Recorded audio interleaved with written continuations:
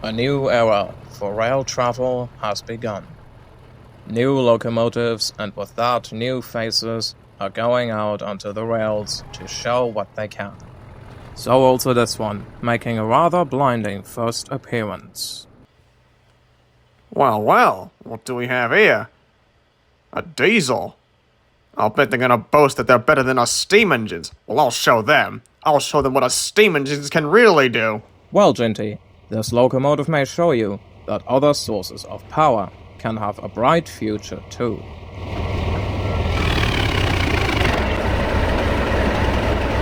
Oh my goodness! Ah! My eyes! Oh, that is bright! Oh! Bug! Bug, where are you? I can't see a thing! Ah!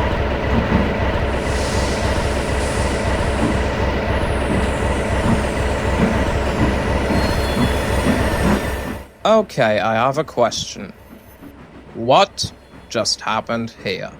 You're introducing both a bright livery as well as a bright future for railways.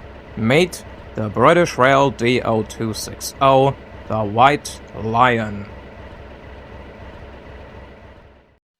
The British Rail D0260, aka the White Lion, or for short also just known as the Lion, was an English Type 4 diesel-electric locomotive designed and built by the Birmingham Carriage and Wagon Company, or BRCW, in association with the Associated Electrical Industries, or for short AEI Limited, Traction Control Equipment Company. This early Type 4 prototype was completed by BRCW in early April 1962. It however wouldn't do its first revenue run until May 14, 1962.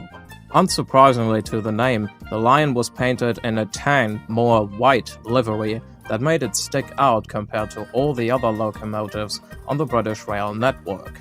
It may have showed off dirt easier, but it arguably looked quite handsome, at least in my humble opinion, as I like the livery a lot, especially in mixture with the golden numbering and nameplate. In many ways, it's also safe to say that the Lion was very far ahead of its time for British standards, as of 1962. As you may see in this picture, this unique diesel locomotive venture has a double roof. This was so that a good number of components could be mounted on top of it, so that there was more space in the body for the remaining technology important to keep the Lion running. The engines themselves were also considered extremely reliable, capable of 2,750 horsepower, as well as putting out a speed of 100 miles per hour, which, mind you, in 1962 was a lot of speed for diesels. In short, it tested extremely well, putting classes like the classes 17, 21, 22, and even class 43 completely to shame. A lot of the Lion's body design would also kinda take steps from what Americans call a hood unit. A lot of the inner workings could be accessed very easily through doors that were located on the bodywork side of the Lion. Honestly, a lot of the Lion's early technology would later become standards in other diesel locomotive classes all over British Rail. Sadly, though, it just never did much of its own. A lot of sources, including History in the Dark, where I have a lot of the information from I am presenting here, as well as various other sites and sources on the internet, as well as in archives, agree that this is mostly down to the Lion's competitors, which were in this case for one, the British Rail Class 53 Falcon, as well as the very, very famous British Rail Class 47. But why especially the 47? And not the Lion? The main answer is surprisingly simple. The Class 47 was just more standard, safe, and proven, whilst the Lion was a little bit more experimental. There was also another handful of reasons, but at the end of the day, this was the 60s, and British Rail was already dealing with a mess of a lot of the bad diesels they had purchased, so the Lion was out, and they took the 47s. Credit where it's due though, because the Class 47 is one of the best diesel locomotive classes Great Britain has ever seen. Some are still in service now. You could in fact consider the 47 kind of a mixture or even hybrid between the Lion and even the Class 53 Falcon, as a lot of its appearance as well as technology went into the 47.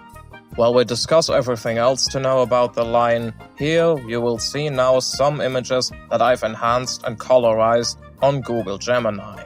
My apologies in advance for having used AI for this, but I wanted to get the pictures as unblurred and colorful modern looking as possible to give you guys a better experience. Anyway, back to the Lion. As for its fate, it is known that it's scrapped, but the actual specifics about when it was done is a little bit of a mystery. We know with certainty that it was taken to AEI Limited, where it was stripped of its electrical components, including its engine. In fact, its Sulzer 12L D0260 power unit was removed by Sulzer themselves, as well as its radiator. The engine, by the way, was actually sent to be reconditioned at Vickers in Barrow and Furness, and later on installed into an unknown production Class 47. What then remained of the Lion was sent to the Cliff yards to Thos W. Ward's scrap merchant.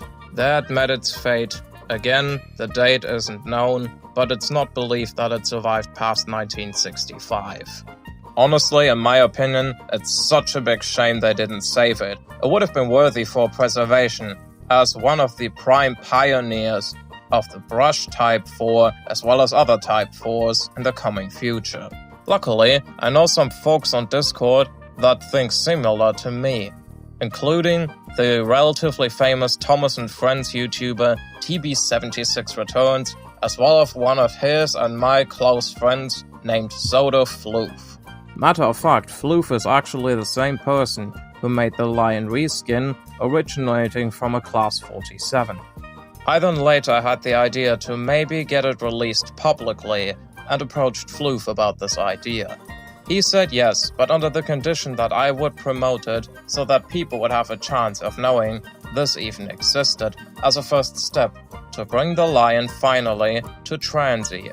So now here I am, presenting the first, likely soon to be public, version in Trainz of the D0260, the White Lion.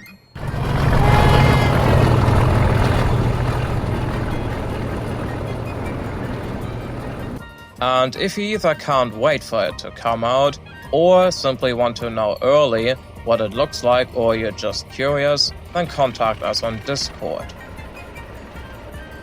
RIP Jinty's eyes, by the way. Yeah, I think they're cooked. Either way, you can find us on our Discord servers. You can find me on my Discord server, John's TTTE server, or you can find TB76 Returns on his server, TB76 Returns a server.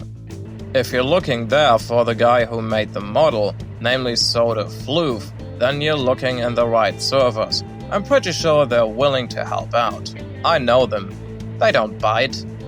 Anyway, huge thanks to Soda Floof for making this project possible and for sticking with me on this venture. You really are a nice Fluffy. You deserve a head pat.